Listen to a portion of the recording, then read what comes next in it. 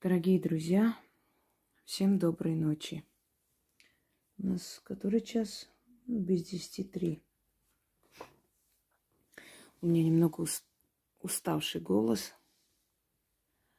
но в любом случае решила вам кое-что подарить, потому как,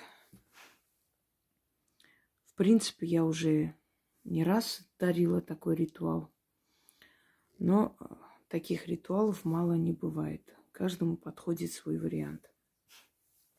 Долги.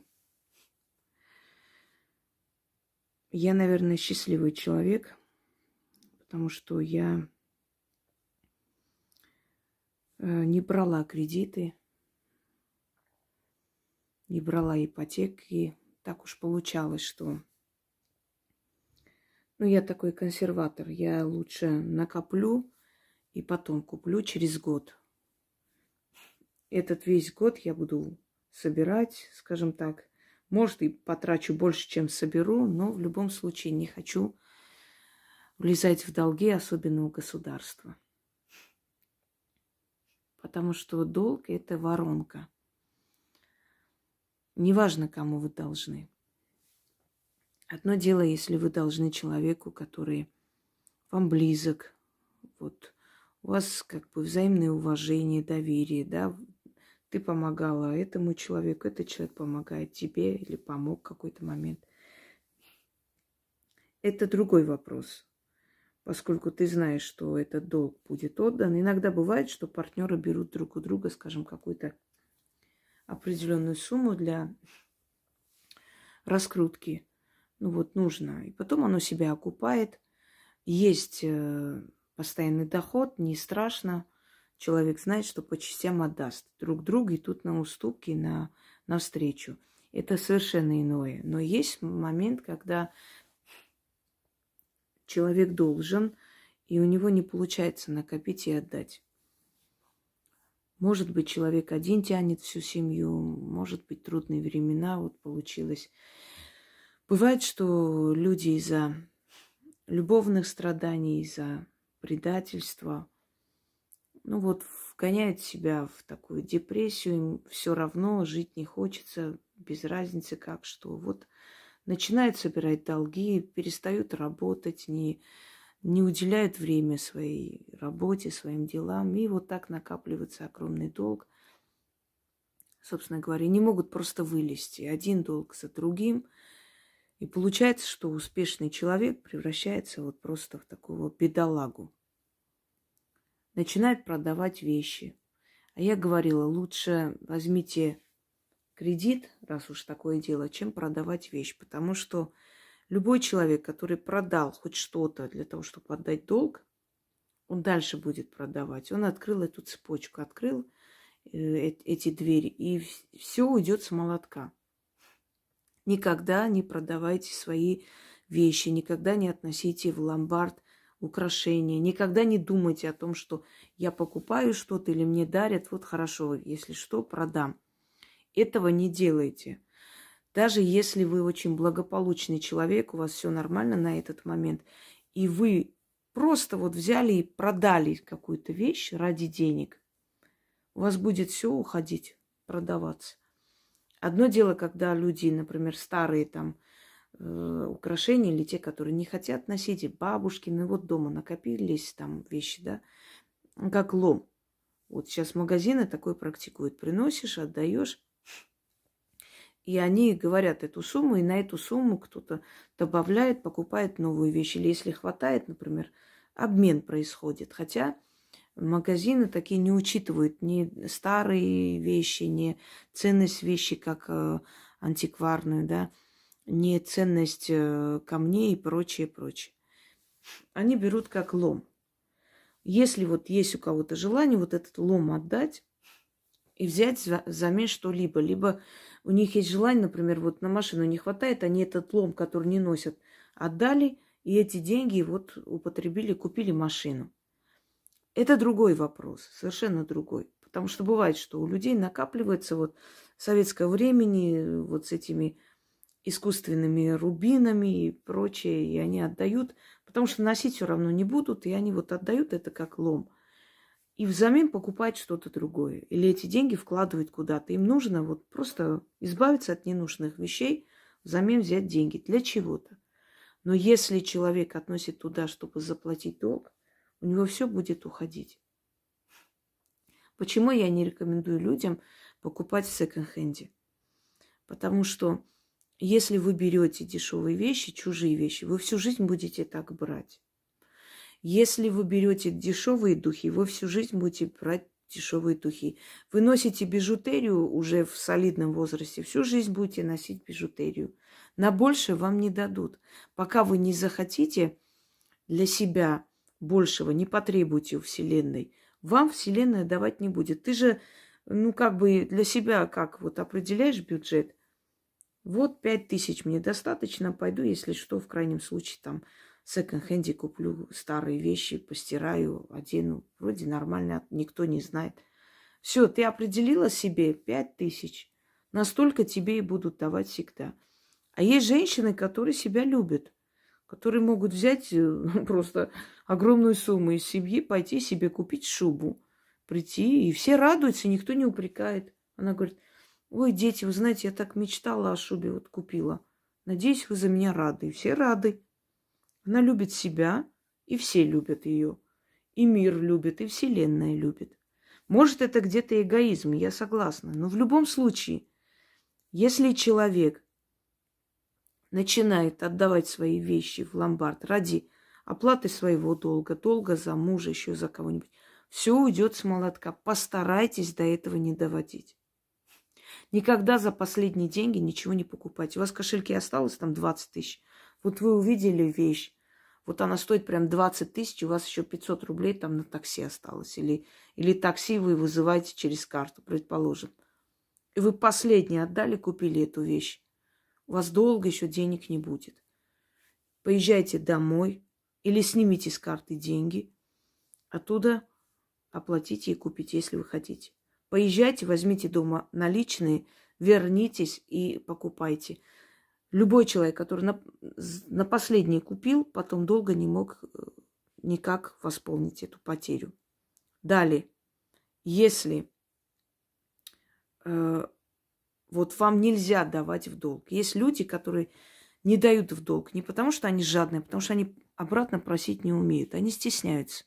Вот взял человек 100 тысяч, вот взял и взял. Уже 5 лет прошло. Эти 100 тысяч уже из-за этой девальвации и всякое прочего уже вообще ни во что превратились. Если он 5 лет назад мог за 100 тысяч машину купить, сейчас он ничего не купит за эти деньги. Ну, практически. Что там? Может, кольцо одно купит. Ладно уж. Вот ему стыдно просить. А человек нагло разъезжает, машину покупает, дом строит, а 100 тысяч не отдает. Понимаете? И что делать? Как просить? Как сказать?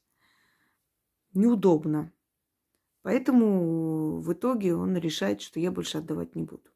Не стесняйтесь, потому что у людей есть такой момент. Ну, они же знают, что у меня есть. Ну, вот я работаю, у меня есть эти деньги. Поэтому и просят.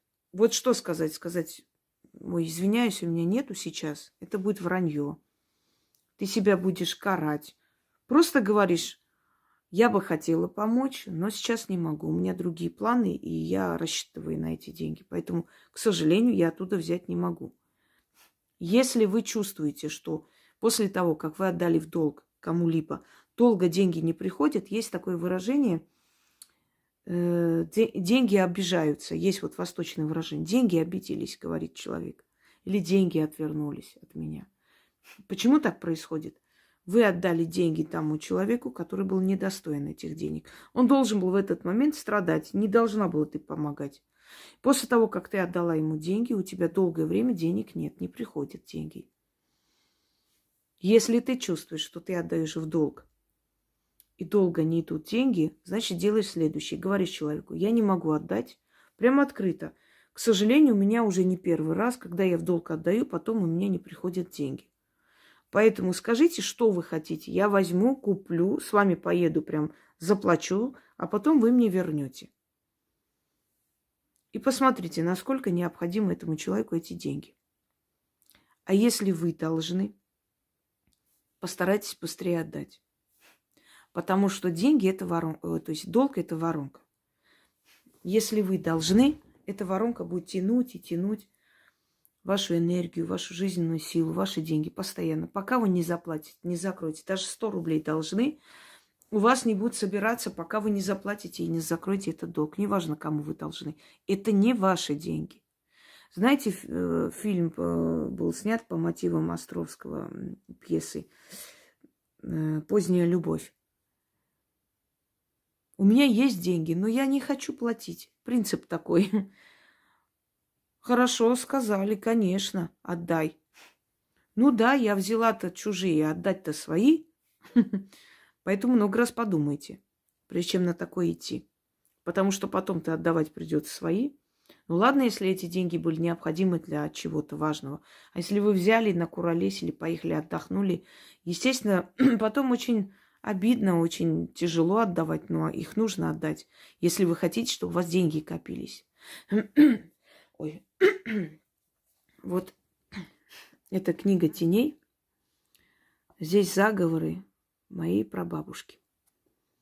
Точнее, те заговоры, которые можно отдать. Или хотя бы перевести. Если напрямую их нельзя отдавать, дарить, их нужно перевести. Тогда я, по крайней мере, не получу за это что-либо.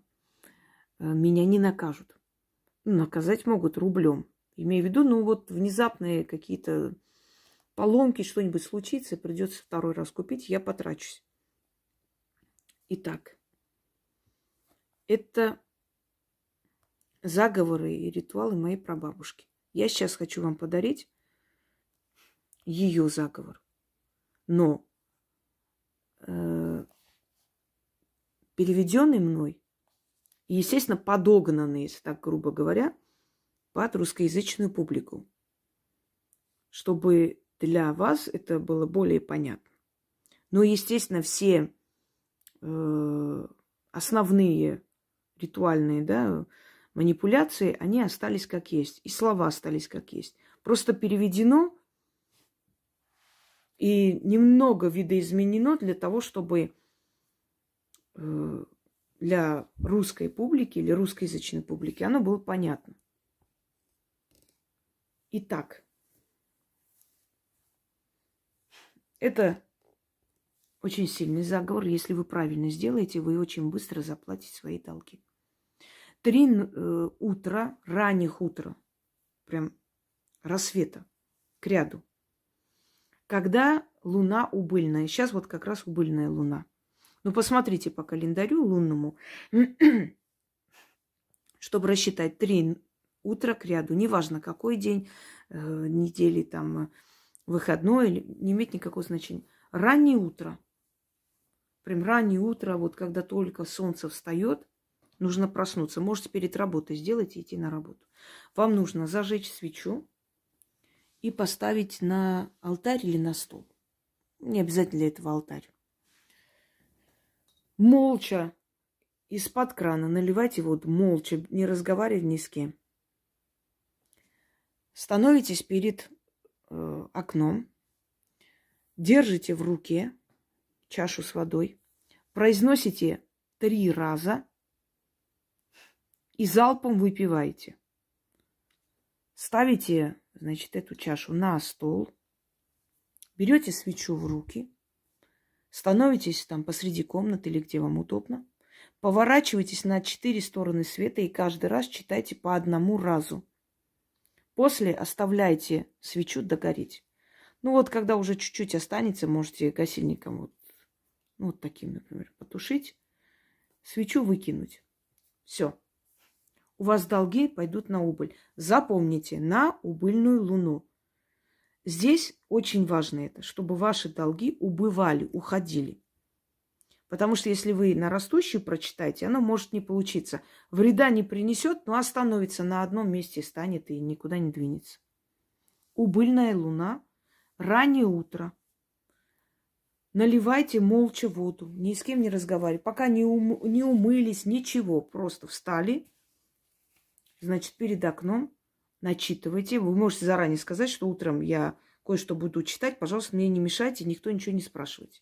Вот.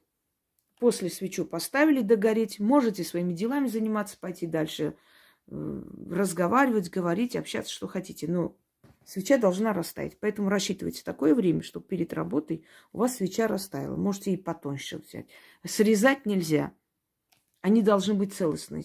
То есть вы нарушаете целостность свечи. Вообще ничего нельзя нарушать целостность. Ничего срезать и отрезать нельзя. Оно должно быть как есть. Восковая свеча, естественно. Итак.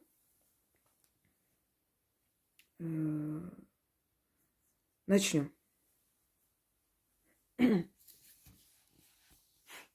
Я не буду сейчас брать в руки, потому что мне так неудобно читать. Я надеюсь, вы поняли. Смотрите на, значит, рассвет. Смотрите в окно просто, хоть куда. И читайте 3 раза. Сидит на пеньке посреди колдовского леса старый колдун. Борода седая до земли свисает, плачет и плачет, слезами заливается, рыдает, задыхается.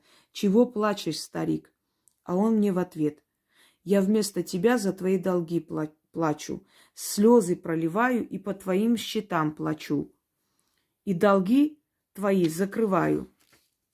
Солнце взойдет, и долг с тебя сойдет. Старик сказал и приказал. Как сказал, так и будет.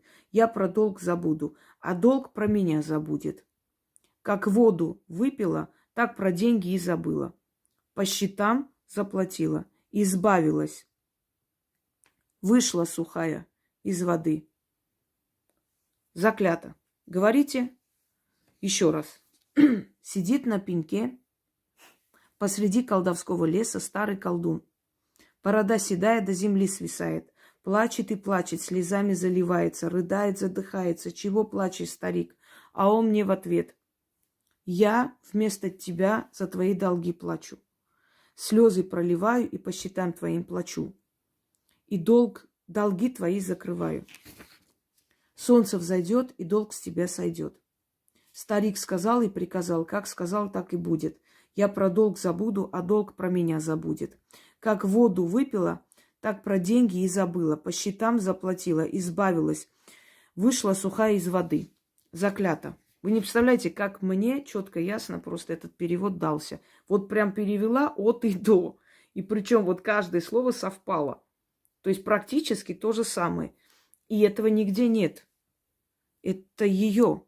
Я не знаю откуда. Может, бабушкина, матери, может, ее саму. Но я знаю, что очень быстро вам со всего света, отовсюду так быстро соберутся деньги, что вы закроете долг. Кстати, закрыть долг в Вуду тоже очень сильно с мешками. Еще раз. Сидит на пеньке посреди колдовского леса старый колдун. Борода седая, до земли свисает, плачет и плачет, слезами заливается. Рыдает, задыхается. Чего плачешь, старик? А он мне в ответ: я вместо тебя за твои долги плачу. Слезы проливаю и по счетам плачу, и по твоим счетам плачу, и долги твои закрываю. Солнце взойдет, и долг с тебя сойдет. Старик сказал и приказал. Как сказал, так и будет. Я про долг забуду, а долг про меня забудет. Как воду выпила, так про долги забыла. По счетам заплатила, избавилась, вышла сухая из воды. Заклято. И залпом выпили эту воду. Ну, возьмите чуть-чуть, там, 100 грамм воды, не знаю. Не столько, чтобы не могли пить. Выпили. И поставили чашу сюда. Ну, чашу можете потом использовать, где хотите. Это не имеет никакого значения. Далее.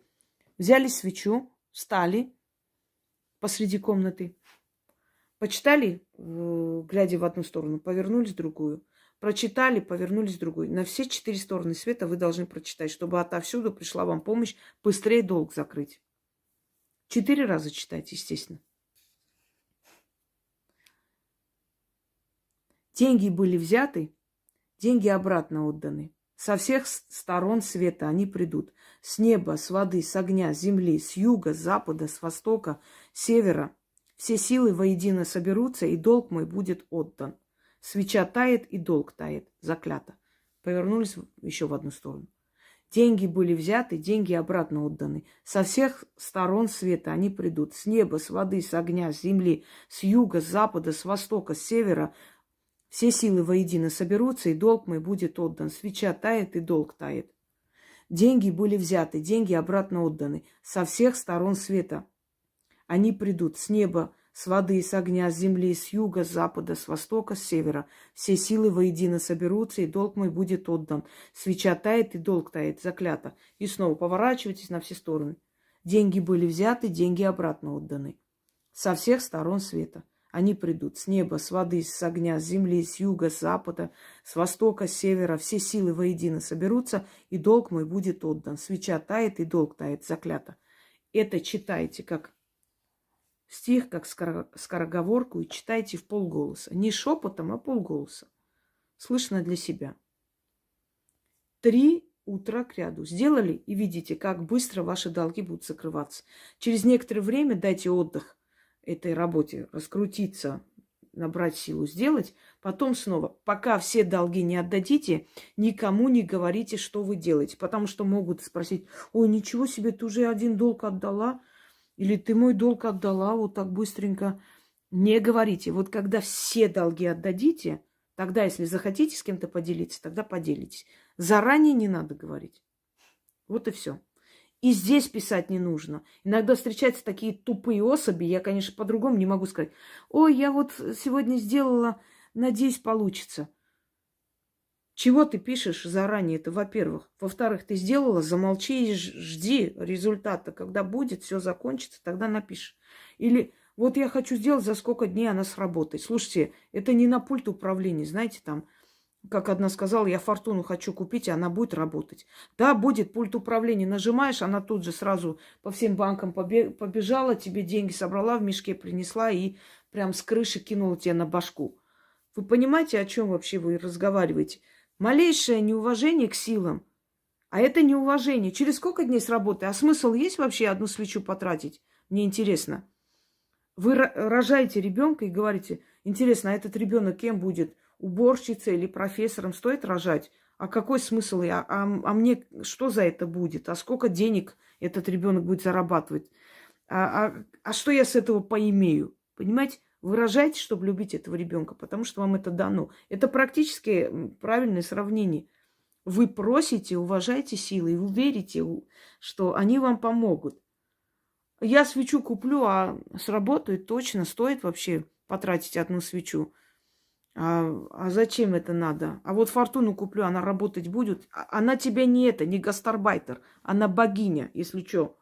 Если ты к ней относишься как к рабсиле, она тебя пошлет очень далеко, потому что она богиня не только счастья и удачи, она вообще богиня судьбы. Она может и гузном повернуться, знаете ли. Есть такое выражение. Так что поуважительнее, пожалуйста. Берете, делаете, уважайте эту силу и даете возможность этой силе вам помочь. Когда все долги отдадите, можете сделать доброе дело. Кому-нибудь подарок подарить, кого-нибудь устроить на работу, не знаю, кошек-собак покормить на улице. Сделать доброе дело в благодарность духам за то, что они помогли вам избавиться за короткое время от долгов. Что дают ритуалы избавления от долгов? Ну, например, насколько люди пишут. Они выкупают все, что оставили в ломбарде, отдают кредит, закрывают. Живут просто без долгов. Живут спокойной, нормальной, умеренной жизнью. И думают о том, чтобы дальше создать свою работу и ни от кого не зависеть. Всем удачи!